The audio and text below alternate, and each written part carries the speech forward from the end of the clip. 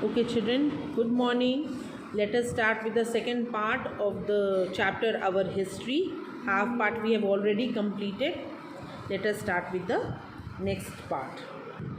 आपने इस चैप्टर में पढ़ा है कि हिस्ट्री को कैसे 3 हिस्सों में डिवाइड किया गया है. एंशिएंट हिस्ट्री है, फिर मेडिवल हिस्ट्री है, फिर मॉडर्न हिस्ट्री है, फिर इंडस वैली सिविलाइजेशन के बारे में आपने पढ़ा, आर्यंस के बारे में पढ़ा, फिर मगध किंगडम के बारे में हम पढ़ रहे थे कि मगध किंगडम जो था नॉर्थ इंडिया का सबसे पावरफुल किंगडम था और छोटे छोटे किंगडम्स को जनपद्स बोला जाता था. अब हम आगे देखेंगे. In 326 BCE, Alexander, the ruler of Macedonia and Greece, attacked India. अब देखिए, अलेक्जेंडर जो था, जिसे हम अलेक्जेंडर द ग्रेट भी बोलते हैं, 326 BC में उसने इंडिया पे आक्रमण किया. वो कहाँ का राजा था? मैसिडोनिया, ग्रीस की एक सिटी है मैसिडोनिया, वहाँ का वो राजा था. वो उसने क्या किया, पंजाब के साइड का, नॉर्दर्न इंडिया के साइड का एक रूलर था, हमारे रूलर थे, किंग पोरस जिन्हें बोला जाता है, उन्होंने डिफ़ीट किया. He defeated king Porus of Punjab. लेकिन क्या हुआ, जब उन्होंने डिफ़ीट कर उन्हें बंदी बना कर ले गए तो पोरस से क्या पूछा गया कि आपके साथ कैसा व्यवहार किया जाए, how should I treat you. और किंग पोरस बहुत ही एटीट्यूड वाले, बहुत सेल्फ रिस्पेक्ट वाले किंग थे. उन्होंने बदले में क्या जवाब दिया, you should treat me as a king treats a king. यानी जिस तरीके से एक राजा दूसरे राजा के साथ व्यवहार करता है, आप भी मेरे साथ वैसा ही व्यवहार करिए. तो उनकी ये बात सुनकर जो अलेक्जेंडर था वो बहुत ही इम्प्रेस हो गया और उन्होंने उनका राज भी वापस कर दिया और उनके साथ वो फ्रेंडली रिलेशन में आ गए. तो वही लिखा हुआ है, देखिए. He was very impress with Porus bravery. Porus की वो उसके अंडर में होते हुए भी उसका वो अभी हार गया है, सरेंडर कर चुका है, फिर भी वो अपनी ब्रेवरी शो कर रहा है, उतनी हिम्मत दिखा रहा है कि एक राजा के सामने वो बोल सके. Alexander had to go back as his soldiers were very tired of fighting. Alexander निकला था पूरी दुनिया के ऊपर राज करने के लिए, तो बहुत सारे युद्ध करने के बाद उसकी आर्मी थक चुकी थी और वो अब आगे लड़ाई नहीं करना चाहते थे, वो वापस अपने देश जाना चाहते थे. और इसलिए अलेक्जेंडर इंडिया में आगे प्रोसीड नहीं किया. वहीं तक रहने के बाद, पोरस को सिर्फ हराने के बाद वो वापस लौट गया. He died on his way home to in 323 BC. और जब ये वापस मैसिडोनिया जा रहा था अलेक्जेंडर, तो रास्ते में ही उसकी मौत हो गई. In 321 BC Chandragupta Maurya became the ruler of Magadha. Nandas को हराने के बाद जो धनानंद थे, नंदा डायनेस्टी के सबसे लास्ट रूलर, उनको हराने के बाद चंद्रगुप्त मौर्य उस किंगडम को रूल करने आए, मगध को, जो कि सबसे बड़ा किंगडम था. 321 BC में ही founded a new empire, the Mauryan empire. क्योंकि उनका नाम चंद्रगुप्त मौर्य था तो उन्होंने अपने एम्पायर का नाम मौर्यन एम्पायर रखा. और उनके एडवाइज़र कौन थे? कौटिल्य, जिनको हम चाणक्य के नाम से भी जानते हैं, जिन्होंने अर्थशास्त्र नाम की बुक लिखी है. He is a very famous political leader भी हैं, एडवाइज़र हैं, मिनिस्टर हैं और राइटर हैं. Later his grandson Ashoka became the emperor. और बाद में चंद्रगुप्त मौर्य के जो पोता बोल दे, ग्रैंडसन जो था वो अशोका द ग्रेट, ये भी हिस्ट्री में बहुत फेमस नाम है, वो एम्परर बने मगध के. Ashoka was a brave ruler. He fought a war against a kingdom called Kalinga. Ashoka ने भी बहुत सारे युद्ध किए, लेकिन जो उसका आखिरी युद्ध था, कलिंग देश एक था, कलिंगा जिसे इंग्लिश में बोलते हैं, जब वो कलिंग देश पे, कलिंगा पर जब उसने आक्रमण किया, हाउएवर ही बिकेम, तो वो इतना उसमें ब्लडशेड हुआ. ब्लडशेड यानी इतने लोग मर गए उसमें, इतनी प्रॉपर्टी का नुकसान हुआ, कितनी औरतें विडो हो गई, बच्चे अनाथ हो गए.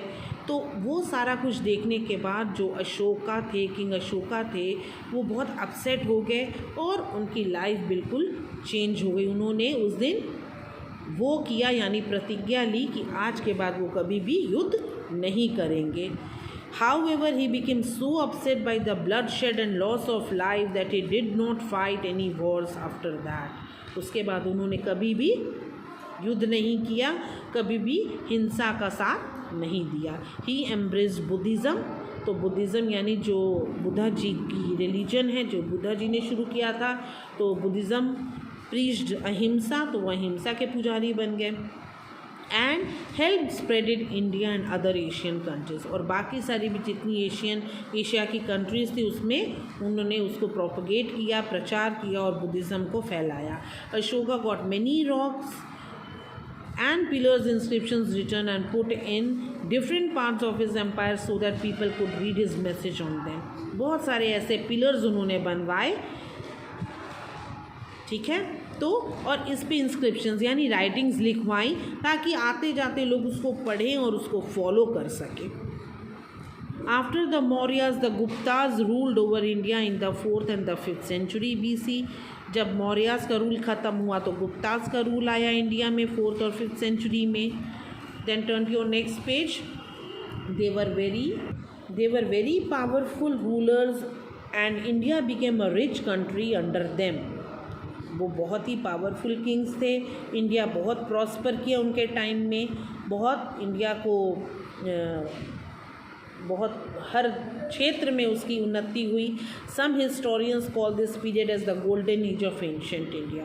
तो कुछ हिस्टोरियंस हैं, हिस्ट्री से जो रिलेटेड पीपल हैं, वो इस पीरियड को, इस एज को गोल्डन एज बोलते हैं, एंशिएंट इंडिया का सबसे सुनहरा एज.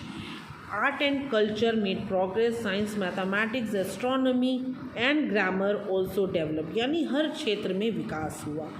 फिर आता है द मेडिवल पीरियड यानी कि हिस्ट्री का second part. By the end of the 7th century see the rulers of central Asia became very powerful. तो 7th century के एंड तक क्या हुआ, एशिया का जो सेंट्रल पार्ट था वहाँ के रूलर्स बहुत पावरफुल होने लगे. They were attracted to the wealth of the Indian kingdom. India को सोने की चिड़िया बोला जाता था, बहुत वेल्थ थी इंडिया में, तो उसकी तरफ लोग अट्रैक्ट होने लगे लूटने के लिए. सबसे पहले महमूद ऑफ गजनी एंड मोहम्मद गोरी, इन्होंने अटैक किया इंडिया के ऊपर और वहाँ की जितनी भी धन, जो भी धन था, संपत्ति थी, ज्वेलरी थी, गोल्ड थी, वो सारा लूट के ले गए. In 1206 Qutubuddin Aibak became the ruler of north India. ये स्लेव डायनेस्टी को बिलोंग करता था, स्लेव एक था, और उसके बाद ये इंडिया का रूलर बन गया, नॉर्थ इंडिया के पार्ट का, और उसने एक नए एम्पायर की शुरुआत की जिसे हम दिल्ली सल्तनत के नाम से जानते हैं. तो कौन था फाउंडर दिल्ली सल्तनत का, तो Qutubuddin Aibak. He was followed by powerful rulers like Iltutmish, Razia Sultan, Balban and Alauddin Khilji. उसके बाद ये सारे रूलर्स आए जो कि दिल्ली सल्तनत से ही बिलोंग करते हैं. When the Delhi Sultanate declined, North India was divided into many small kingdoms. Babur came to India in 1526 CE and defeated these kingdoms in battle, laying the foundation of Mughal rule in India. तो कितने लोगों ने India पर आक्रमण किया और कितने लोगों ने शासन किया. दिल्ली सल्तनत का जब पीरियड डिक्लाइन हुआ, ख़त्म हुआ, तो इंडिया छोटे छोटे हिस्सों में बट गया था. इसी का फ़ायदा उठाते हुए बाबर ने इंडिया पर अटैक किया 1526 में और इंडिया पर अपना शासन जमा लिया और मुग़ल रूल की स्थापना की. After Babar his son Humayun became the Mughal emperor. He was succeeded by his son Akbar in 1556. तो बाबर के बाद उसका बेटा हुमायूं और हुमायूं के बाद उसका बेटा अकबर. अकबर को आप जानते हैं, उसके ऊपर मूवी भी बन चुकी है, Jodha Akbar. Akbar was the greatest Mughal ruler. He conquered a number of kingdoms and brought the greater part of India under his control. तो अकबर बहुत ही पावरफुल रूलर था, उसने बहुत सारे एरियाज़ को अपने अंडर में कर लिया था, इंडिया के बहुत सारे पार्ट्स को. After Akbar came Jahangir and then Shahjahan. Shahjahan build the famous monument. आपको पता है अपनी वाइफ की याद में उसने एक मॉन्यूमेंट बनाया था जिसे हम ताज महल बोलते हैं, आगरा में है. He was succeeded by his son Aurangzeb. तो लास्ट रूलर कहते हैं मुग़ल डायनेस्टी का कौन था, औरंगज़ेब, जो कि शाहजहाँ का बेटा था. the last ruler of the Mughal dynasty, the rulers who came after Aurangzeb. उसके बाद जो रूलर्स आए वो ज़्यादा पावरफुल नहीं थे. Around this time in the 18th century, other rulers such as the Rajputs and the Marathas, the Sikh and the state of Mysore became powerful. इनके Mughal rule के ख़त्म होने के बाद बहुत सारे राजपूत रूलर्स, मराठास, सिख रूलर्स इन्होंने इंडिया पर राज किया. फिर है the modern period, the last period. During the Mughal period, European trading companies had started coming to India. तो मुग़ल रूल जब चल रहा था उसी वक्त बहुत सारी यूरोपियन कंट्रीज़ जैसे कि पोर्टुगीज़ सबसे पहले वो इंडिया में एंटर किए सदर्न कोस्ट से. The decline of Mughal rule help these companies to become more powerful. और मुग़ल रूल जब ख़त्म हुआ और डिक्लाइन हुआ तो वो उन्होंने जो यूरोपियन कंट्रीज थे उनको पावरफुल बना दिया. They started fighting against each other to gain more power. The French, the Portuguese and the Dutch were all finally defeated by the British. यानी ये सारी कंपनीज इंडिया में आई रूल करने के लिए, रूल करने के इरादे से. French, Portuguese and Dutch. लेकिन इन सबको हार माननी पड़ी ब्रिटिश के आगे और फिर ब्रिटिश ने अपना एम्पायर सेटल कर दिया ब्रिटिश ईस्ट इंडिया कंपनी के नाम से इंडिया में. In 1757 see the British defeated the नवाब यानी कि जो रूलर था कहाँ का, बंगाल का, सिराजुद्दौला. और वहाँ के वो रूलर्स बन गए यानी सबसे पहले बंगाल पर उन्होंने अपना कब्ज़ा किया. The British who had come to India as traders now gradually started taking part in the administration of the country. Next page children. तो उनका इरादा था शासन करने का ही, लेकिन वो इंडिया में एंटर किए ट्रेड के बहाने से कि हम ट्रेड करने आए हैं. और धीरे धीरे इंडिया के हर हिस्से में उन्होंने कब्ज़ा जमाना शुरू कर दिया. They soon brought almost the whole of India under their control. पूरी इंडिया पे उन्होंने कब्जा कर लिया. The British brought new ideas to our country. Western culture को वो लोग इंडिया में लेकर आए. They build roads and railway lines. However the British also exploited the people of India. Exploit करना यानी उनको बर्बाद कर देना. कैसे, बहुत सारे तरीके थे उनके. वो क्या करते थे, यहाँ से जितना भी कॉटन होता था, इंडिगो होता था, यानी रॉ मटेरियल यहाँ से ले जाते थे अपने देश और वहाँ से उसको फैक्ट्रीज़ में बना के फिर वापस इंडिया में ही महंगे दामों में बेचा करते थे.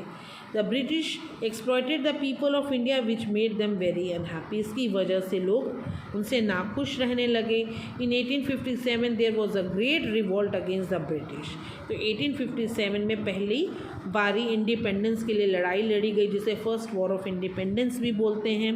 लेकिन ये जो रिवॉल्ट था, ये जो लड़ाई थी, इसमें हम जीत नहीं पाए क्योंकि क्या हुआ था, उस वक्त हमारे में यूनिटी नहीं थी, एकजुट हम नहीं थे. But this revolt was crushed and the queen of England began to rule the Indian empire. और जो महारानी थी इंग्लैंड की, क्वीन विक्टोरिया, वो इंडिया पर शासन करने लगी. Many educated Indians formed political organisations to free India from British rule. लेकिन लोग बहुत परेशान थे, वो छुटकारा पाने चाहते थे इस गुलामी से. बहुत सारी ऑर्गेनाइजेशन, संस्थाएं बनी और फिर द इंडियन नेशनल कांग्रेस सबसे इम्पॉर्टेंट ऑर्गेनाइजेशन थी जिन्होंने इंडिया के फ्रीडम स्ट्रगल में अपना योगदान, जो महत्वपूर्ण योगदान था वो उनका था. महात्मा गांधी यानी जो हमारे फादर ऑफ नेशन हैं, was the most popular leader of the freedom movement. हमारी आज़ादी की लड़ाई के सबसे बड़े हमारे वो लीडर थे. He organized a number of movements to force the British to leave India, ताकि इंडिया से ब्रिटिशर्स को भगाया जा सके.